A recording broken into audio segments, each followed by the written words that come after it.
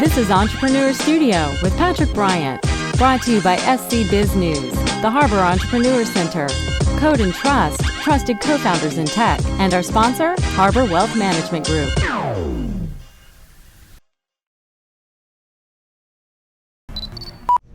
Today we are with Mikee Johnson, who I am so enamored with as an entrepreneur. You ran your family's business, Cox Lumber, grew it big time, up to 500 employees before exit. You were telling me stories about your grandfather helping the community. What was his name? Bill Cox. Yeah. Bill Cox, and from Cainhoy, Yeah. and then Orangeburg. Yeah. We're founding Cox. Tell us about Bill.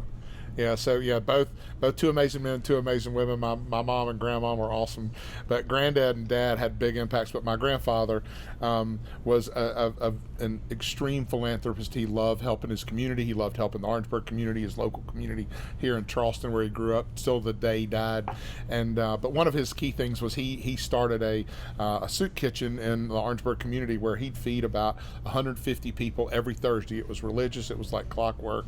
And what he was most known for was the food was not standard soup kitchen fare. It was the same thing we would eat at our dining room table or his dining room table. In fact, he was a noted baker, cooker. He loved to cook everything from a hog to his famous banana pudding to sourdough bread.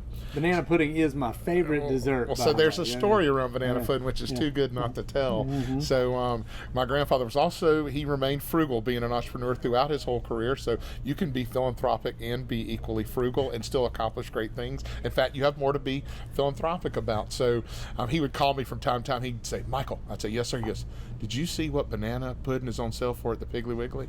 And I'd say, "Granddad, I missed that when I was perusing the sale paper this morning. Attention. I was running the lumber company." But he goes, "It's like 19 cents a box." I said, "Okay." He goes, "Go to the Piggly Wiggly and buy it all."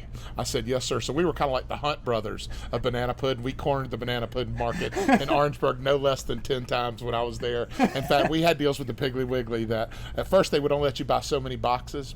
So Ricky would have to, he was the guy I would send, Ricky would have to go out to the parking lot and wait for 30 minutes and go back in and buy the rest of the chicken halves or the banana pudding, which made it tremendously fun. But then he produced all this amazing food. In fact, even some of the local accountants and lawyers and all on the square would come and they would actually pay to eat the food at the soup kitchen. Oh, yeah. And so that but he did it all very quietly. Nobody knew my granddad was kind of, the people that inside knew he was the man behind the myth. But then there was also, we initiated a Habitat for Humanity program. We ended up building 17 Habitat houses in Orangeburg.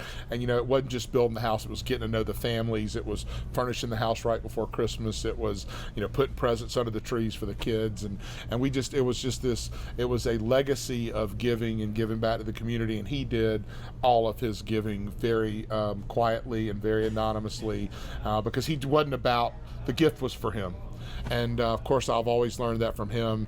And my grandmother was a tremendous churchgoer, and they just delivered the right message to us as a family on who we should be, who we should try to grow up and aspire to be. And it was an honor to be their grandchild and their son, and so I was very blessed. Well, to honor him, there is no question but that you have continued to give to your community and support as you've been successful too. So it's a huge honor to him that you did learn those lessons. And, I learned them, and you continue to help. So and I watch the sale paper for banana pudding all the time. I love it. Thank you.